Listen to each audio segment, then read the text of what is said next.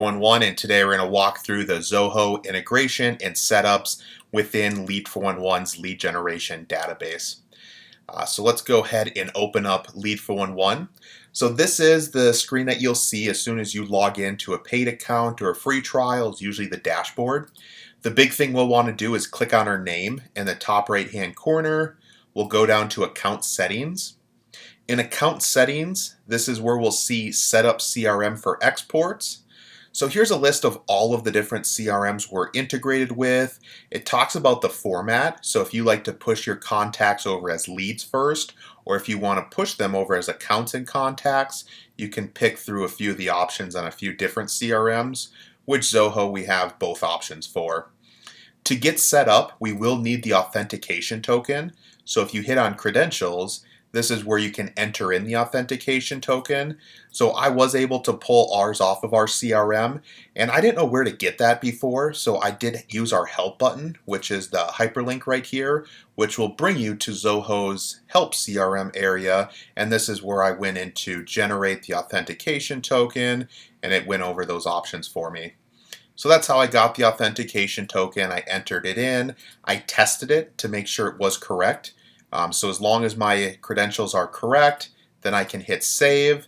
And you can even customize the data mapping. So if you do have some custom fields inside of your Zoho, if you click on the data mapping feature over here, this is where we can read all of those contact and lead fields. So you can map those up to any one of Lead 411's employee or company fields that we have.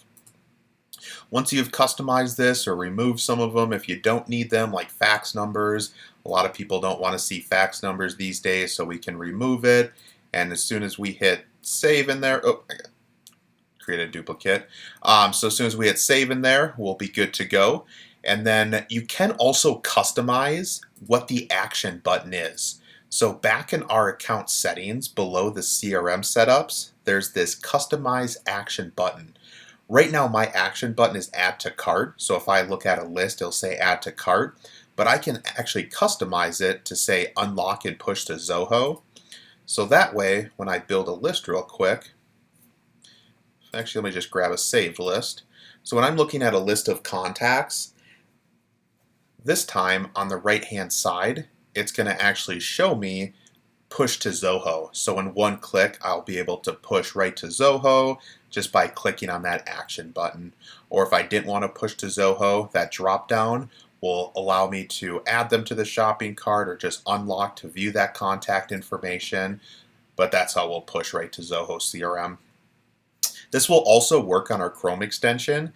So let's say if we were on one of these LinkedIn profiles, like Jeff Christie here, if I'm on Jeff Christie's LinkedIn profile, here I'm a second connection of his, so I can't see any of his contact information.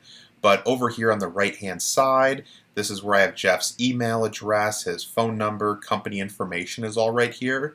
And this is where it says Zoho CRM, where in one click I can add Jeff right to my Zoho system. So there's a couple of different options we have with the Zoho integrations and getting them set up with Lead 411. But of course, if you wanted to be pushing in bulk, you do have the option to add all these contacts to the shopping cart.